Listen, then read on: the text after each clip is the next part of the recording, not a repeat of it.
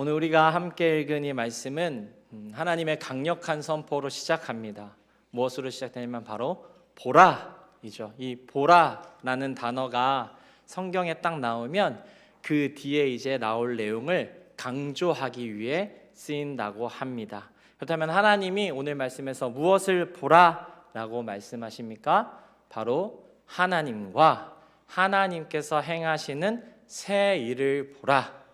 하나님과 하나님이 행하시는 새 일을 보라, 이렇게 우리에게 요청하고 계시는 겁니다. 그러니까 마치 육상 선수가 이제 대회에 출전해서 출발선에 딱 서서 달리기 전에 가족들에게 저 좀 보세요. 저 이제 달려나갈 겁니다. 저 분명히 이 일을 할 겁니다. 집중해서 보세요. 놓치면 안 돼요. 이렇게 외치는 것처럼 하나님은 오늘 우리에게 내가 2026년도에 새 일을 행할 것인데 너희는 그것을 반드시 보아야 한다.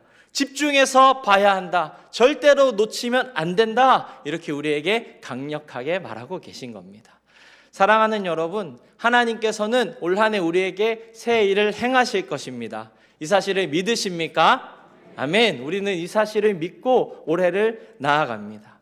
그런데 여러분, 세상을 딱 보니까 세상은 이 하나님이 행하시겠다고 말씀하신 새 일보다 기술과 과학이 이루어낼 새 일을 더 기대하고 있습니다. 얼마 전에 이 테슬라라는 미국 기업의 CEO가 이제 일론 머스크라는 사람인데, 이 사람이 인터뷰를 했어요. 근데 그 인터뷰에서 했던 말들이 굉장히 큰 영향을 미치고 있습니다. 이 사람이 딱 한 문장, 중요한 문장 말했는데 뭐라 그랬냐면 2026년도에는 AI와 로봇이 초음속 쓰나미처럼 밀려온다 이랬어요. AI와 로봇이 초음속, 엄청 빠른 쓰나미처럼 우리 삶을 확 덮치게 될 거라는 거예요. 그래서 이제 앞으로는 어떻게 되냐면 이제 우리는 노동도 선택이 되고 질병도 정복이 될 것이라고 말합니다. 그게 몇 년 안 남았대요. 근데 왜 올해 그 이야기를 했냐면 올해가 그 일이 일어나는 특이점이 될 것이다, 이렇게 얘기를 한 거예요, 일론 머스크라는 사람이.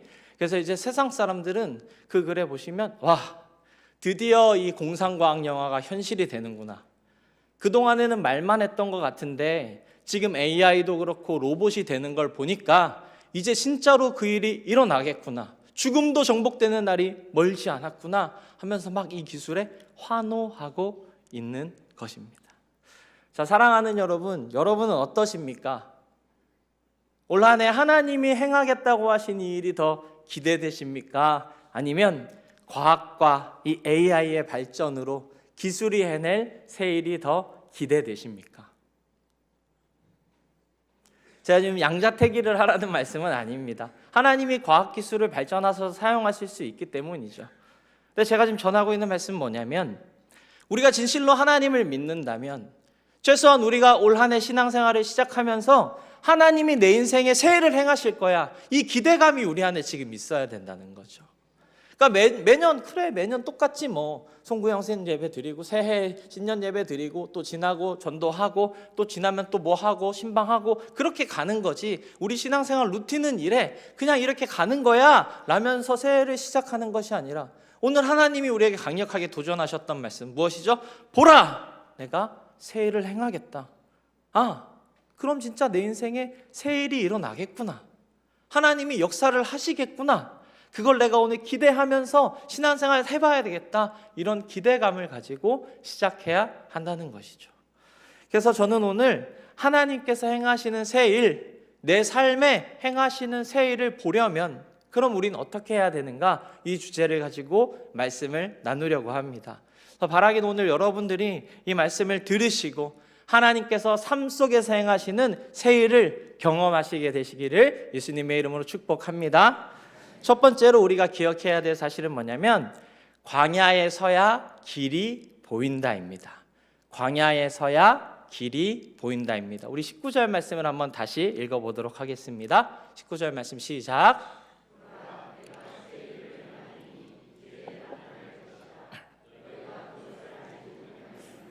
반드시 내가 광야의 길을 사막의 강을 내리니. 아멘. 하나님은 이스라엘 백성들을 위해서 길을 내신다고 하셨어요. 이 길은 1차적으로는 지금 바벨론에서 포로 생활하는 이스라엘 백성들이 본국으로 귀환하는 그 길을 말합니다. 혹은 이스라엘 백성들이 이제 어떻게 살아가야 되는지 그 방식을 말하는 것일 수도 있습니다. 그런데 중요한 점은 무엇이냐면 하나님이 이 길을 지금 어디에다 내시겠다고 하셨어요? 광야에 내신다고 하신 거예요. 그래서 우리는 어디에 서야지 이 일을 볼 수 있는 거예요?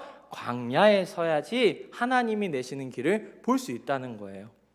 여러분, 당시 바벨론은 세계의 패권을 장악한 대강국이었어요. 제국이었어요.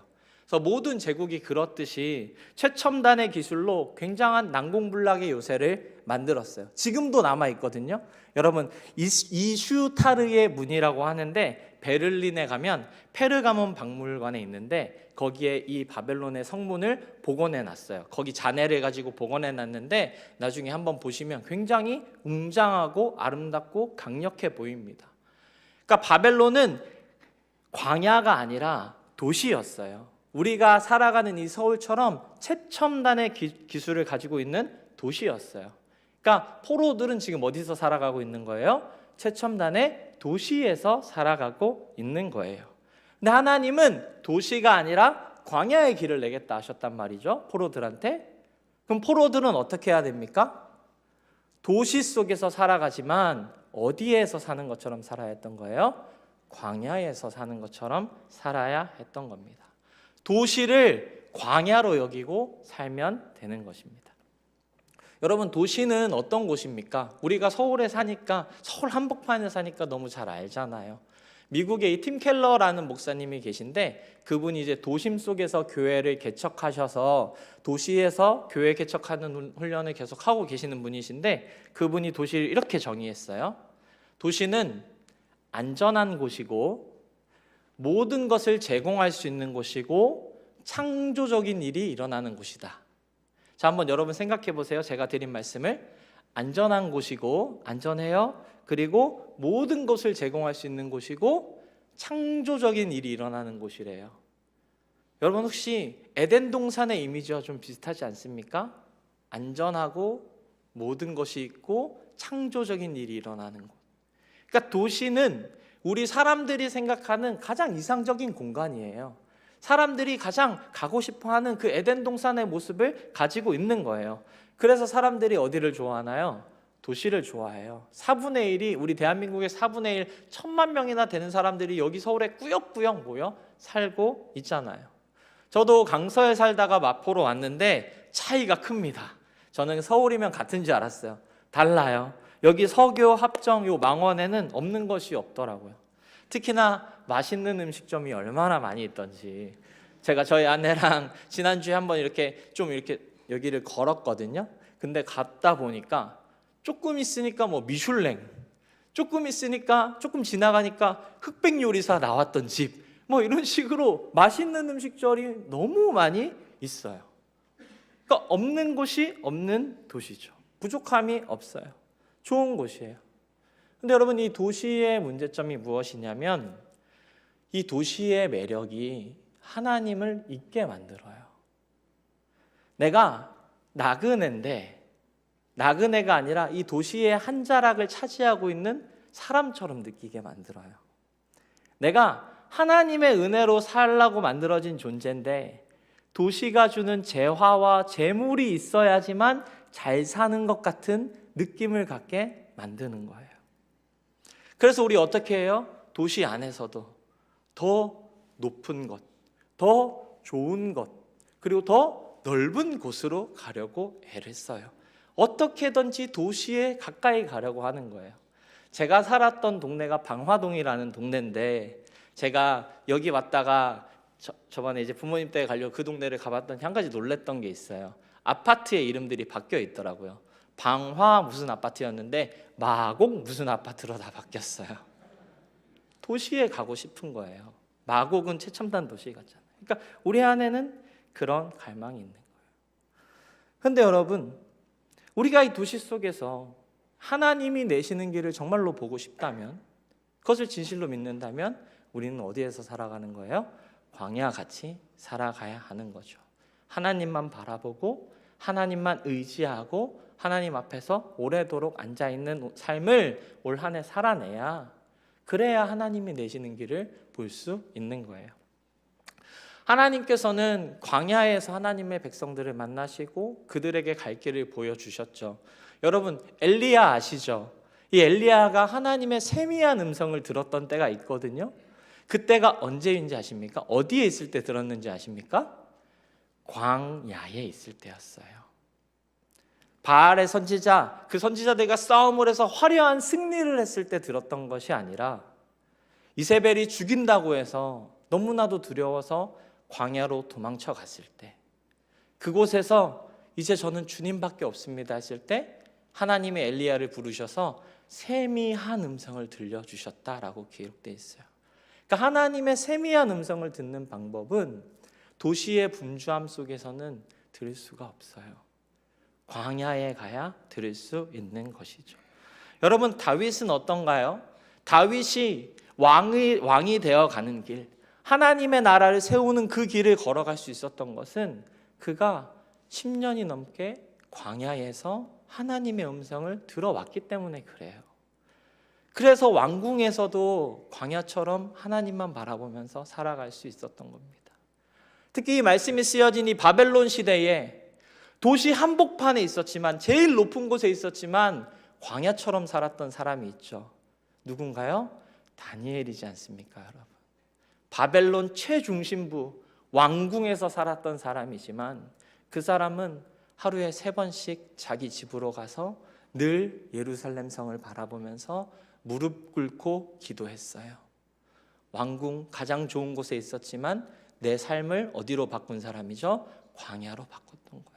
그래서 하나님이 다니엘에게 환상으로 보여주시는 게 뭐냐면 이스라엘 민족이 70년 후에 본국으로 돌아가게 될 것이다라는 그 길을 보여주신 거예요. 다른 사람들한테 보여준 게 아니라 왕궁 속에서, 도시 속에서 광야로 살아갔던 다니엘에게 그 길을 보여주셨던 것이죠. 사랑하는 여러분, 우리는 바쁜 도시 속에서 광야의 삶을 살아가야 합니다. 그래야 하나님의 음성이 들려요. 하나님께서 나에게 지금 무엇을 하라고 하시는지가 보이게 됩니다. 그 시간을 갖지 않으면 우리는 하나님이 내시는 길이 어딘지도 모른 채 혼란스러워하고 힘들어하면서 이 새로운 한 해를 시작하게 될 것입니다. 그래서 여러분, 바라기는 올 한 해 광야에서 살아가시기를 소망합니다. 네, 여러분만 그렇게 살라고 하는 것이 아니라 저도 그렇게 살아가려고 해요. 그래서 제가 올해 붙들고 달려갈 말씀이 시편 143편 8절인데요. 한번 말씀 보여주시겠습니까? 같이 한번 읽어보겠습니다. 시작. 아침에 나로 하여금 주의 인자한 말씀을 듣게 하소서. 내가 주를 의뢰함이니이다. 내가 다닐 길을 알게 하소서. 내가 내 영혼을 주께 드림이니이다. 아멘. 내가 다닐 길을 아는 방법이 뭐냐면 아침에 하나님 앞에 앉아서 하나님 말씀 듣는 것밖에 없어서 그래요. 그러므로 사랑하는 여러분, 올 한 해 우리 광야에서 살기를 소망합니다.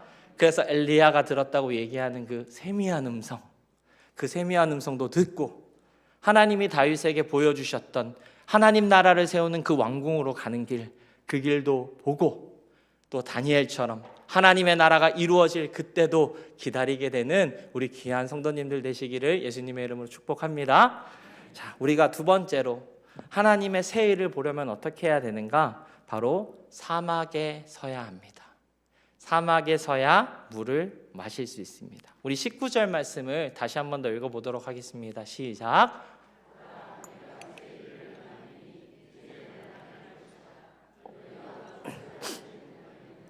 반드시 내가 광야의 길을 사막의 강을 내리니. 아멘.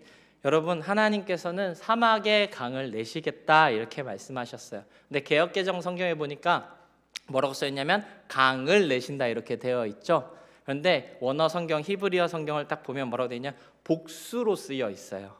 강들을 내시겠다 이렇게 말씀하셨어요. 즉 하나님이 사막에 강 하나를 내시는 게 아니라 여러 개의 강들을 만들어 내셔서 거기서 물이 넘쳐 흘러서 하나님의 백성들이 절대로 목마르지 않게 하겠다라고 강력하게 선언하고 계시는 거예요. 우리 여기 조금만 옆으로 가면 한강이 있죠. 그 강 하나에서도 한강의 기적이라고 서울이라는 도시가 살아났는데, 하나님이 강들을 내신다면, 나의 인생에, 나의 삶에 강들을 내신다면 우리의 삶에는 얼마나 놀라운 새 일들이 일어나겠습니까? 그러니까 우리는 이 사실을 믿어야 되는 거죠. 그러면 여기서 다시 질문 드려요. 하나님이 내시는 강을 보려면 우리는 이제 어디에 서 있어야 되겠습니까? 사막에 서 있어야죠. 목사님 너무하시네요. 광야는 그런데 사막에까지 서라고 하시니 어떻게 그러실 수 있습니까? 네, 힘들지만 우린 사막에 서야 돼요. 근데 거기서 힘들게 땡볕에 서 있으라는 말씀이 아니고요. 어떤 의미냐면 갈망해야 된다는 거예요. 여러분, 사막은 무엇이 없는 곳이죠?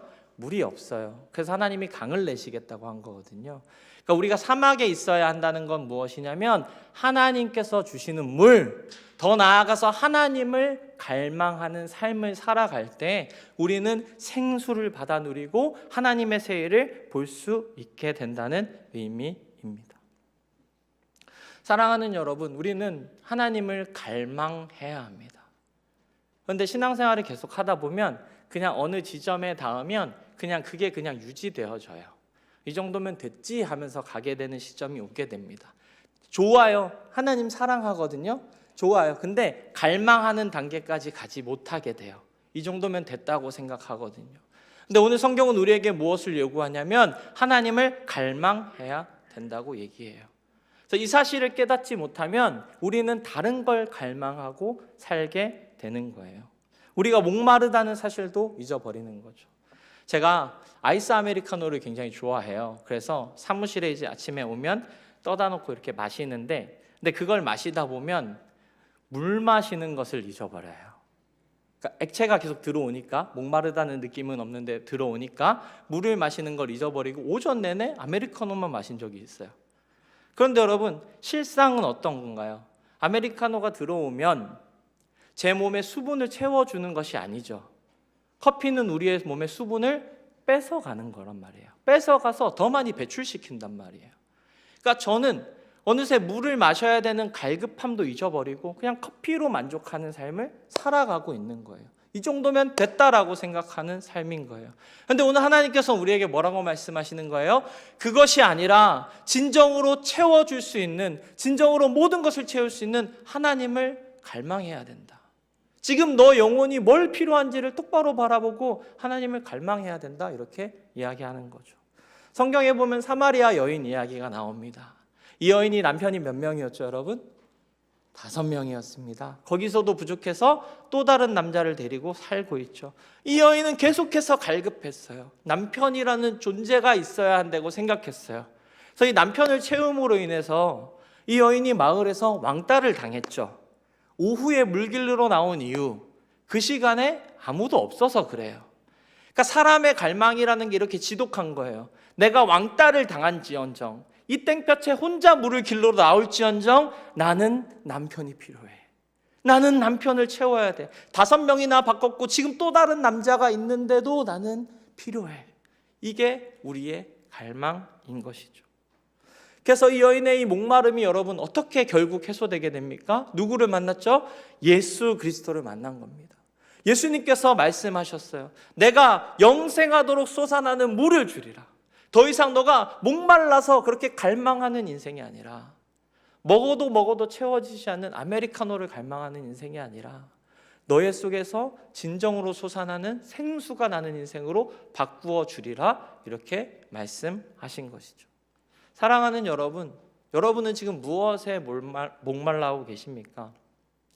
무엇을 갈망하고 계십니까?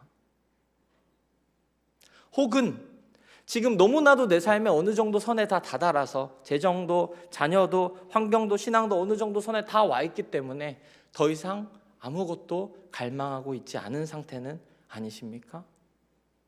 그런데 오늘 성경은 우리가 사막에 있어야, 사막에서 하나님을 갈망하는 그때에 우리 삶에 강들을 내어주시겠다. 우리 삶을 뒤덮는 은혜를 내려주시겠다. 영원히 목마르지 않는 그 생수 같은 은혜를 갈망할 때 내려주시겠다 말씀하고 계시는 것입니다. 그러므로 여러분, 올 한 해 사막에 계신 것처럼 하나님을 갈망하시기를 간절히 소망합니다. 여러분, 모세는 80세가 넘었어요. 이스라엘의 지도자예요. 모든 걸 다 갖췄어요. 그런데 모세가 간절히 기도했습니다. 뭐라고 기도했나요? 하나님, 원하건대 주의 영광을 내게 보이소서. 주의 영광을 내게 보이소서 간절히 기도했어요. 그래서 하나님이 무엇을 보여주셨나요? 성경에 보니까 하나님의 등을 보여주셨다고 기록되어 있어요. 날마다 하나님과 교제하던 모세였지만 주의 영광을 보이소서 갈급할 때에 하나님의 등을 보는 역사가 일어난 거예요. 여러분, 다윗도 유다 강화에 있을 때 시편에 뭐라고 되어 있냐면 내 영혼이 주를 갈망하며 내 육체가 주를 앙모하나이다, 이렇게 얘기했어요. 사도 바울은 뭐라고 했나요? 내가 예수 그리스도를 얻기 위해서 모든 것을 다 배설물로 여기겠다. 즉, 성경은 하나님의 갈급한 자들에게 부어주시는 한량없는 은혜가 있다는 것을 우리에게 분명히 보여주고 있는 것이죠. 미국에 에이든 토저라는 목사님이 계십니다. 이 목사님이 쓴 책 중에 하나님을 갈망하다라는 책이 있어요.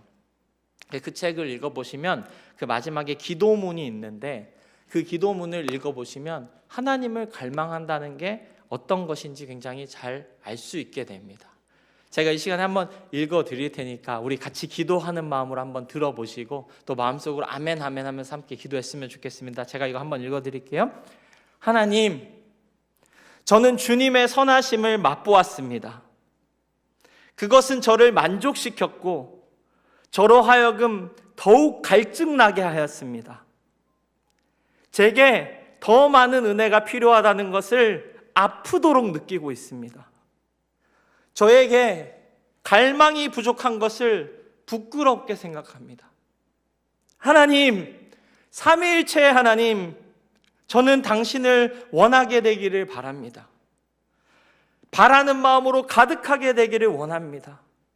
좀 더 갈증나게 되기를 갈망합니다. 기도하오니 당신을 진정 알도록 당신의 영광을 보여주시옵소서.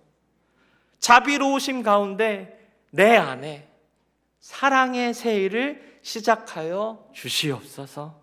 예수님의 이름으로 기도하옵나이다. 아멘.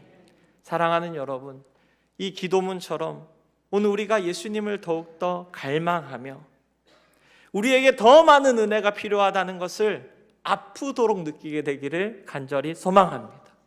그래서 하나님을 갈망하실 때 우리 하나님께서 부어주시는 강이 아니라 그 강들의 은혜가 우리의 심령에 넘쳐서 2026년에 하나님이 행하시는 놀라운 새해를 마음껏 경험하고 누리게 되시기를 예수님의 이름으로 축복합니다.